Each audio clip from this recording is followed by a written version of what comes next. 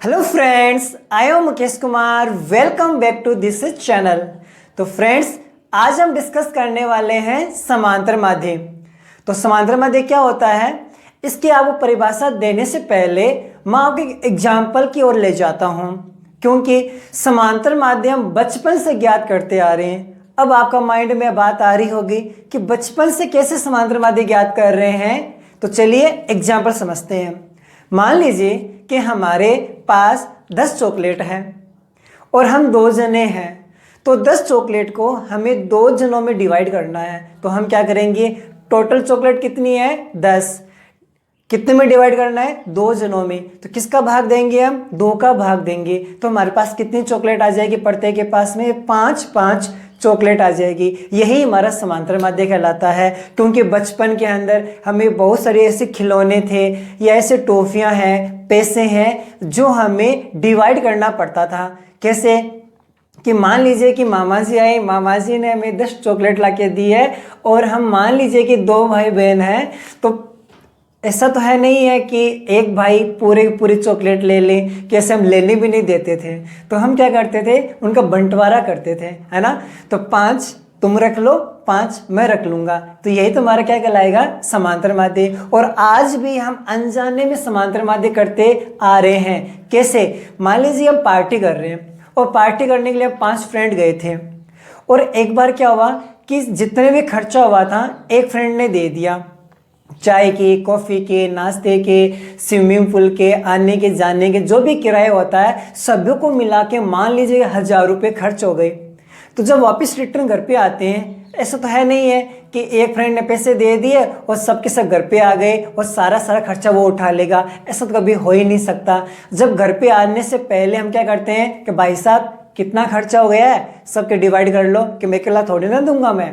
तो हम क्या करते हैं कि सबको जोड़ते हैं। तो सबको जोड़ने के बाद में टोटल खर्चा कितना हुआ था, 1000 रुपये मान लेते हैं। और जने कितने हैं, 5। हम क्या करते हैं कि 1000 रुपये में 5 का भाग देंगे हम। तो हमारे पास कितना आ जाएगा, 200 रुपये प्रत्येक फ्रेंड के पास आ जाता है। कहीं ना कहीं यही हमारा समांतर माध्य कहलाता है। तो चलिए, तो मैंने एग्जाम्पल तो आपको समझा दिया है, अब इसकी परिभाषा की ओर चलते हैं।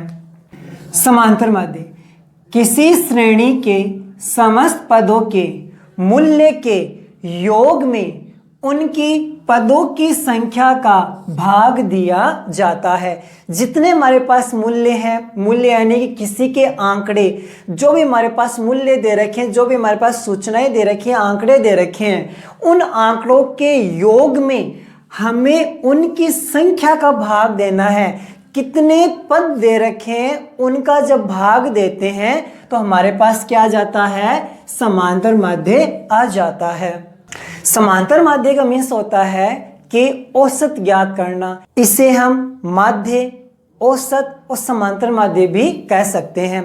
तो एग्जाम के अंदर क्या होता है कि ऐसे क्वेश्चनों को 3 तरीके से पूछा जाता है, जिसे हम कहते हैं श्रेणियां।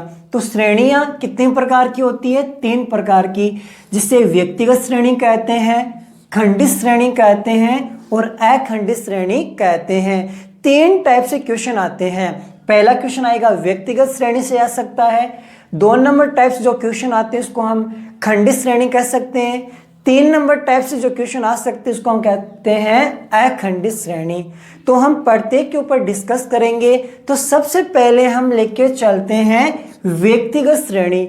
व्यक्तिगत श्रेणी के अंदर जब कोई क्वेश्चन आता है तो हमें समांतर माध्य ज्ञात करने के लिए प्रत्येक में सूत्र का यूज करना पड़ेगा।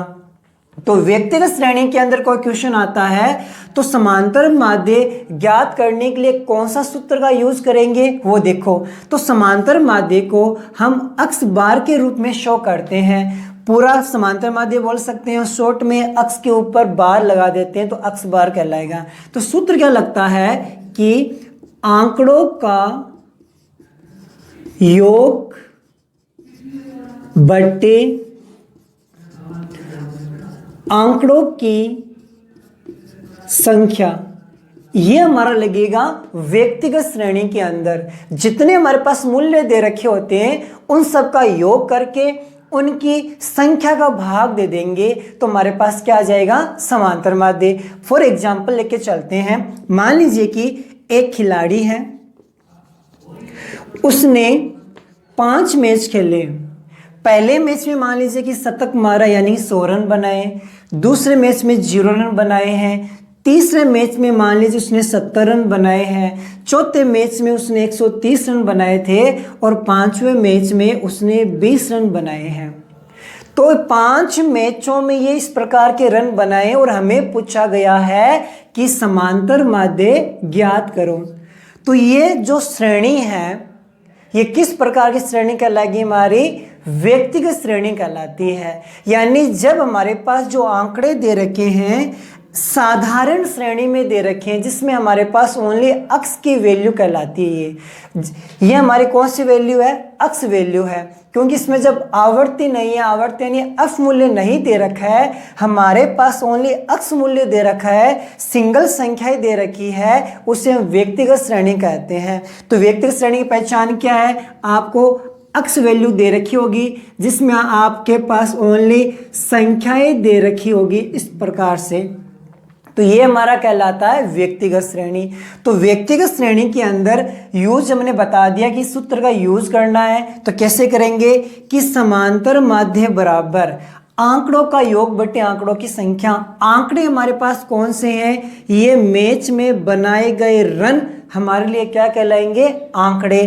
तो इनका यूज करेंगे हम, यानी कि 100 प्लस 0 प्लस 70 प्लस 130 प्लस 20। सूत्र क्या है, आंकड़ों का योग। जितने भी संख्या हमारे पास दे रखी है इनका हम क्या करेंगे, योग करेंगे। यानी कि 100 प्लस 0 प्लस 70 प्लस 130 प्लस 20 बट्टे आंकड़ों की संख्या, यानी कि कितनी संख्याएं हैं, कितने मैच खेले हैं, 1 2 3 4 5।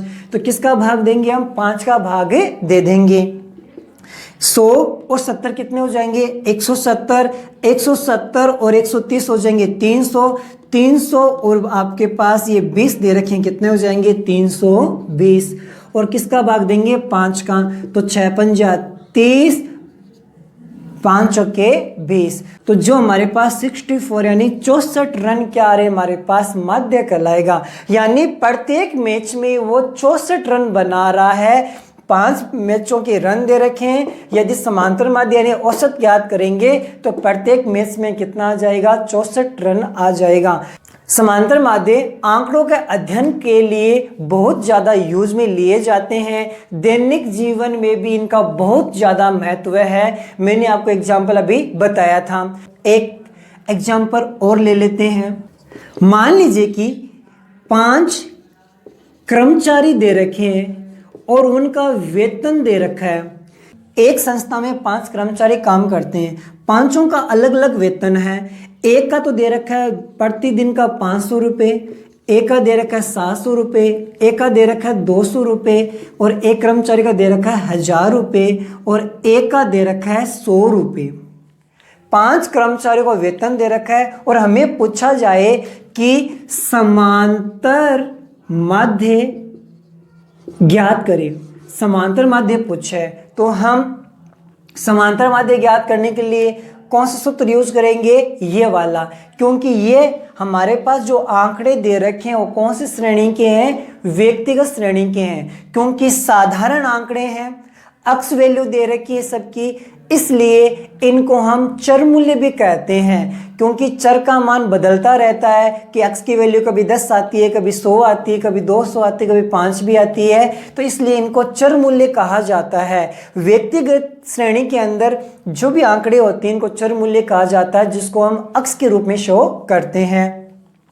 तो समांतर माध्य ज्ञात करने के लिए हम सूत्र यूज कर सकते हैं। एक सूत्र ये भी यूज कर सकते हैं, सिग्मा अक्स बटे अन। सिग्मा का मतलब होता है टोटल यानी कि योग। अक्स क्यों कहा है, अभी मैंने बताया था ना, इसको चर मूल्य कहते हैं, यानी इसको अक्स की संज्ञा दी जाती है, इसके लिए अक्स वैल्यू कहा जाता है। तो जितने भी आंकड़े हैं इनको हम अक्स के रूप में शो कर सकते हैं। तो सिग्मा अक्स यानी कि इन आंकड़ों का टोटल बटे अन। अन यानी कि इनकी संख्या कितनी है, कितने पद है, उसको बोलेंगे अन। तो देखो सिग्मा अक्स यानी इसकी टोटल लगा लेंगे, 500 plus 700 plus 200 plus 1000 plus 100। Total कर्मचारी कितने हैं? 5। तो n की वैल्यू कितनी आ जाएगी? 5।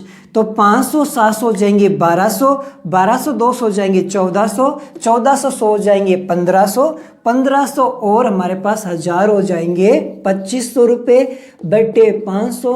तो हमारे पास 500 रुपये एक कर्मचारी को दिया जाता है, औसतन माना जाता है। यानी इतने कर्मचारी हैं, इनकी अलग अलग वेतन दिया जा रहा है पर दिन का, और उनकी औसत ज्ञात करें तो हर कर्मचारी के पास कितने रुपए आते हैं? 500 रुपये।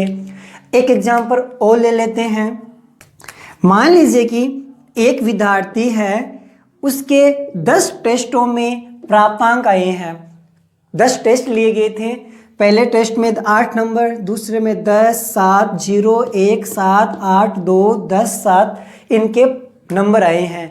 हम ये देखना चाहते हैं कि इसके प्रत्येक टेस्ट में कितना नंबर आ रहे हैं। 10 अलग अलग टेस्टों में अलग अलग नंबर आए हैं, इनके प्रत्येक टेस्ट में कितने नंबर आ रहा है, तो हम इसमें क्या ज्ञात करना पड़ेगा? समांतर माध्य। ये इसमें डायरेक्ट पूछा गया है कि समांतर माध्य ज्ञात करें।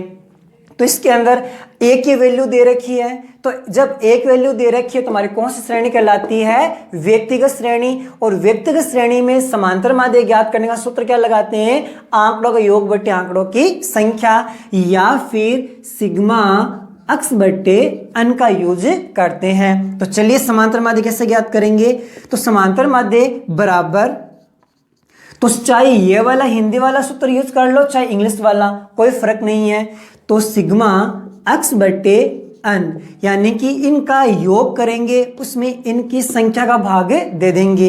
योग यानी कि 8 plus 10 plus 7 plus 0 plus 1 plus 7 plus 8 plus 2 plus 10 plus 7 बट्टे टोटल कितने हैं? 10 टेस्ट लिए गए थे, तो 1 2 3 4 5 6 7 8 9 10 का भाग दे देंगे। तो 10 और 8 18, 7 25, 25 1 26, 26 और 7 आपके पास हो जाएंगे 33, 33 और 8 हो जाएंगे 41, 41 2 हो जाएंगे 43, 43 7 हो जाएंगे 50, 50 और 10 हो जाएंगे 60, 60 में 10 का भाग देंगे, हमारे पास कितना आएगा?